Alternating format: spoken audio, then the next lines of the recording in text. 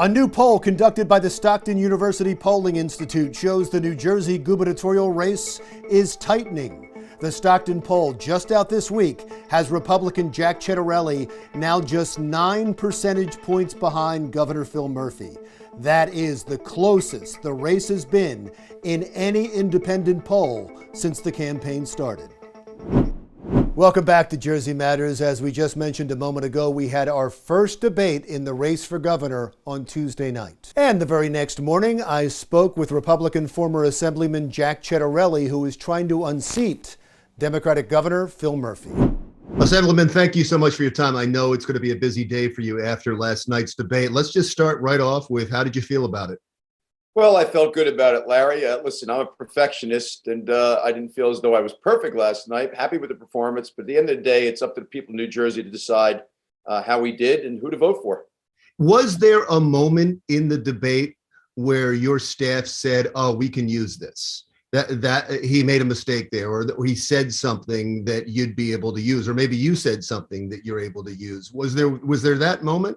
I'm sure there is, Larry. I really haven't even thought about that, but I do know the staff is together this morning, and that's what they do. They strategize about different ways to communicate with voters. So I'm sure I'll get some kind of post-debate briefing from them at some point today.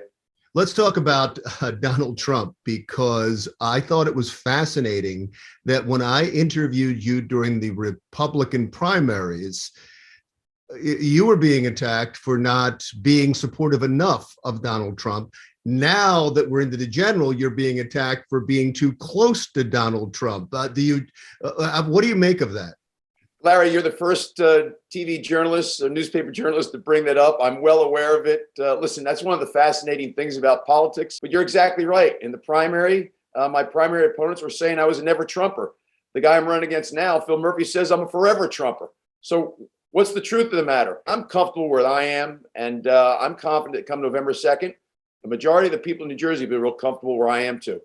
I also interviewed you right after the Stop the Steal rally, which has become controversial and was brought up last night. As a matter of fact, he said that was disqualifying for you to even be a candidate because you were at a Stop the Steal rally where they challenged the results of the 2016 election.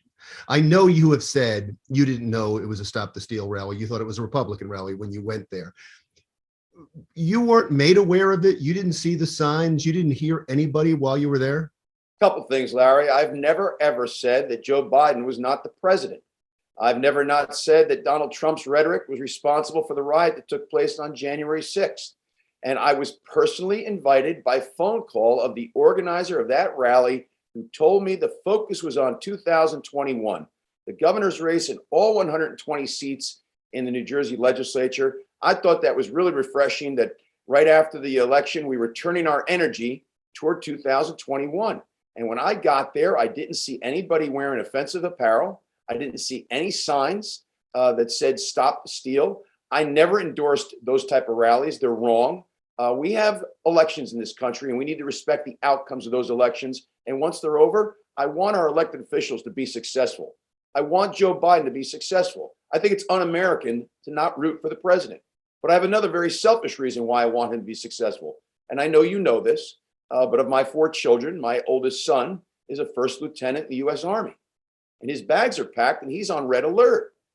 I need Joe Biden to be successful for a very selfish reason, and I think it's pretty obvious. Right, to protect your son. I thought that was a classy moment last night, by the way, when Governor Murphy pointed out that your son was in the military and wished him well. Let's get to some issues, shall we? I thought it was surprising to me that the first issue brought up was Hurricane Ida and the response to Hurricane Ida. I think it made the governor uncomfortable because he tried to change not calling for an emergency immediately to a climate change where he could come after you and talk about the difference between the two of you on climate change. Were you surprised that he didn't take it on head on? Because I remember very early on in his administration, he was accused of blowing a snowstorm, of not declaring an emergency during a snowstorm. And he said he would never do that again.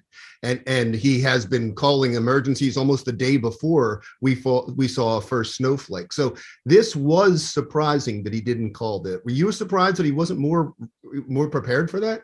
I really was. And as I said last night, if ever we needed a get the hell off the beach moment, this was it. His state of emergency declaration came 13 hours after the Pennsylvania governor's declaration. His state of emergency declaration came 3 hours after the tornado, 2 hours after the flash flood. A state of emergency declaration increases urgency and seriousness of an impending storm. We needed to get people home early that night from work. We didn't.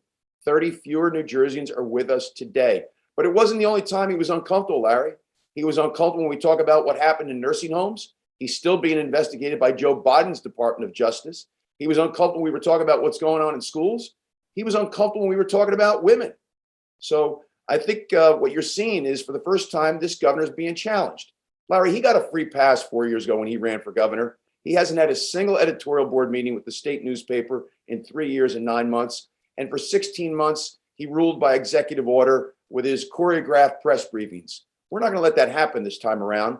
We're going to have a full debate here about the issues that affect New Jerseyans every single day. I will point out also, you talked about him getting a free pass. We've invited him constantly to be on this show, and he's turned us down every single time, including today. We've made an offer to him to come on today as well. And we're not even able to get his press people anymore, let alone him. But Larry, no governor in the history of New Jersey has ever gone 3 years and 9 months into their term without sitting down with the editorial board of the state newspaper. Not once has he done that. Not once. I was surprised that it took so long to get to taxes. Historically, property taxes, high property taxes in New Jersey has been the number one issue. You rightfully, and I'm glad you did this, tied it to the school funding formula. Could you explain the problem with the school funding formula and why that's so important? What a lot of people don't realize, Larry, is that the state income tax here in New Jersey can be used for one purpose and one purpose only by Constitution: state aid to our 600 school districts. $14 billion comes into Trenton.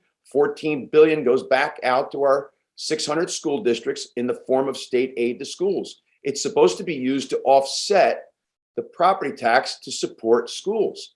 And we've got 60% of that aid going to less than 10% of our districts. And I'm telling you, there are communities that have experienced significant revitalization, like Jersey City and Hoboken. How is it fair that $1 million home in Jersey City and Hoboken pays less in property taxes than a $400,000 home in Toms River, Hillsborough, or Parsippany? Is that priority number one for you to fix that formula? Number one, because it has to be reflected in my first budget, which has to be presented to the legislature 6 weeks after I take office, March 1st. And I'm not going to start working on that when I get inaugurated. I'm going to start working on that the day after the election. But it won't take that much work. I already know what needs to be done, and we'll do it. One of the clearest differences between the two of you seem to be on vaccines and masks, and mask mandates and vaccine mandates. He seemed to adamantly support, and was surprised you didn't, it seemed like. He seems to adamantly support vaccine mandates. Now, there isn't an overreaching vaccine mandate in the state. There are for some daycare workers and some state employees, but there's no vaccine mandate in the state. When I heard him defend it so vehemently, I thought to myself, there's one coming.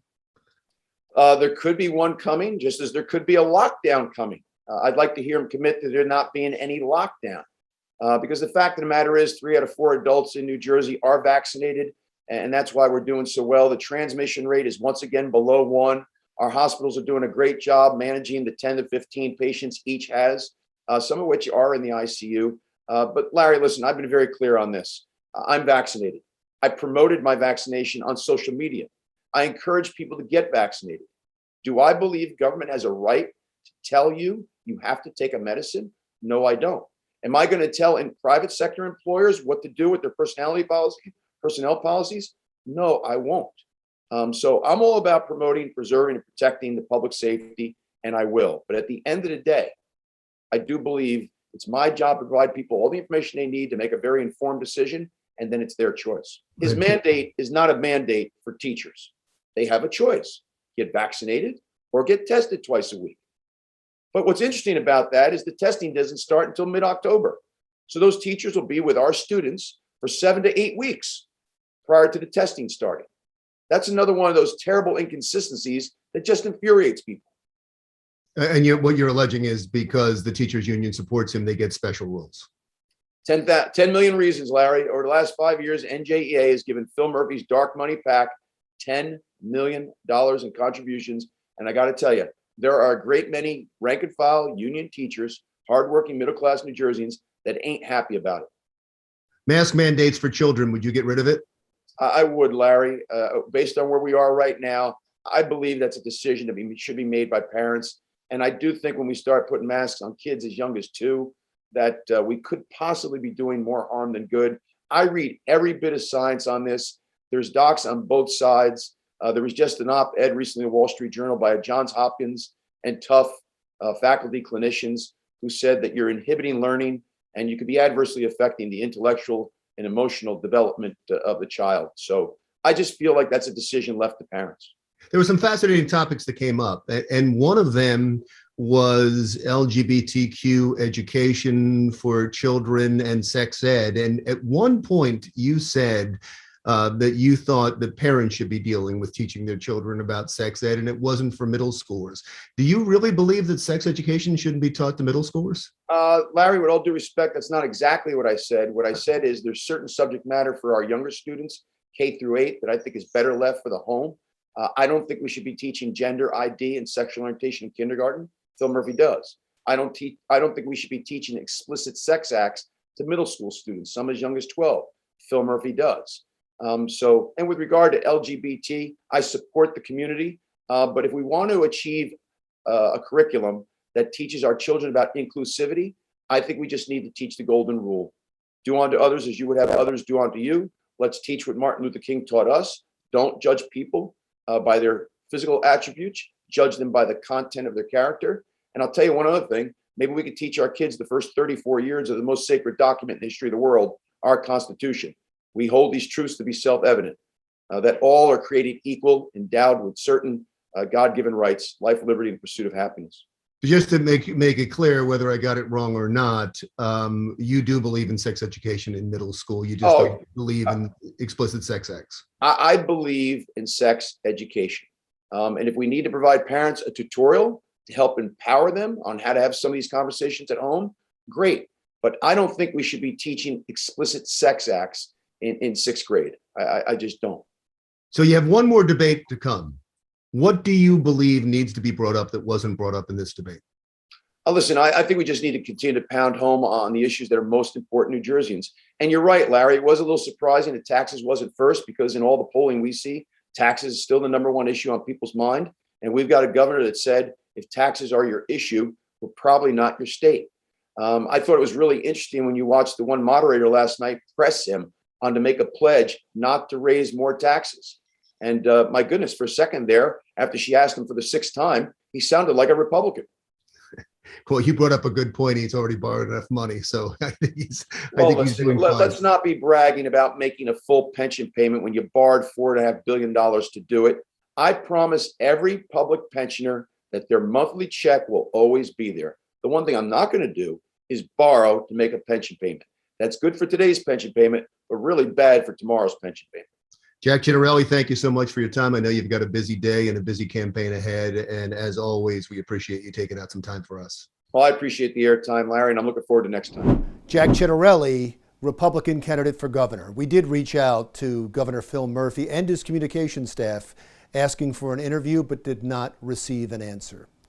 Still to come on Jersey Matters, New Jersey is in good financial shape for now, but a new report says we have trouble ahead if we don't change our ways. We'll talk with Regina Egea from the Garden State Initiative next.